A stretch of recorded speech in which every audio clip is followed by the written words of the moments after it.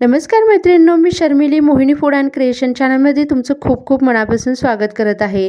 बघितल्याबरोबर अगदी तुमच्या तोंडाला पाणी सुटलं असेल ना, अगदी करतानाही मला तसंच वाटलं। वांग बटाटा रस्सा भाजी अगदी वऱ्हाडी पद्धतीने। गावरान पद्धतीमध्ये कसं असतं, पनीरच्या भाजीला जास्त महत्त्व नसतं, लग्नामध्ये अशा पद्धतीची चमचमीत वांग बटाटा रस्सा भाजीच करतात। मध्यम आकाराची वांगी आपण कट करून घेणार आहोत। कट करताना त्याच्या ज्या दात्र्या आहेत ते तशाच ठेवायच्या आहेत, त्यामुळे त्याला खूप छान अशी चव येणार आहे। आणि हा देठही तुम्ही जर भाजीमध्ये वापरला तर ही भाजीला खूप छान चव येते। वांगी आपण मध्यम आकाराची चिरून घेतली आहेत, अगदीही मोठे नाही आणि अगदीही बारीक चिरून घ्यायची नाहीत। कारण कसं होतं, भाजी जेव्हा आपण जास्त वेळ शिजत ठेवली तर त्यामध्ये वांगी आणि बटाटा अगदी गिर्र शिजून जातो। तसं न करता थोडेसे मोठ्या प्रमाणात आपण फोडी करणार आहोत, त्यामुळे अगदीही शिजला जाणार नाही। चला तर मग थोडा वेळ पाण्यामध्ये भिजत ठेवूया आणि आता फोडणीसाठी म्हणून कढई घेतली आहे। कढईमध्ये मस्त अशी मोहरी आणि आपण कढीपत्त्याच्या आधी फोडणी देणार आहोत। मोहरी आणि कढीपत्त्यामुळे आपल्या ज्या वांग्याच्या भाजीला आहे एकदम छान अशी तर्री आणि छान चव येणार आहे। मोहरीही छान तडतडली आहे, कढीपत्ताही छान असा भाजला गेला आहे। आपण आता त्यामध्ये बारीक चिरलेला कांदा घेणार आहोत आणि तोही अगदी छान असा परतून घेणार आहोत।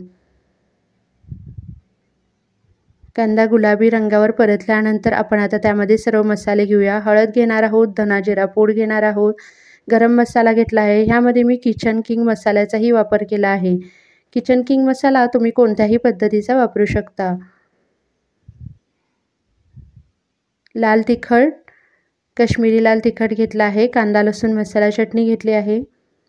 मीठ घेणार आहोत चवीनुसार आणि ह्यामध्ये भाजलेल्या शेंगदाण्याचा कूट घेणार आहोत। मी सर्व मसाले आधी का भाजत आहे, कारण आपली वांगी जास्तही शिजली जाऊ नयेत, अगदी वांगी आणि बटाटे तसेच राहण्यासाठी, म्हणून मी आधी सर्व मसाले भाजून घेणार आहे।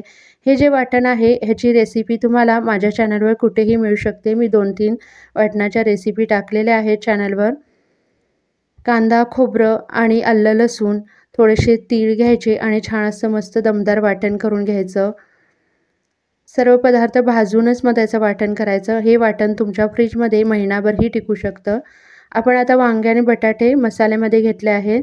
छान असं चमच्याच्या साहाय्याने एकदा सर्व आपण ढवळून घेणार आहोत, कारण कसं होतं, सर्वीकडे मसाला लागायला हवा।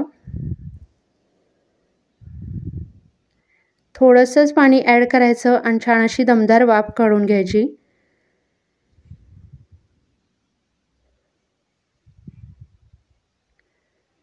बघू शकता अगदी तर्रीही मस्त अशी आली आहे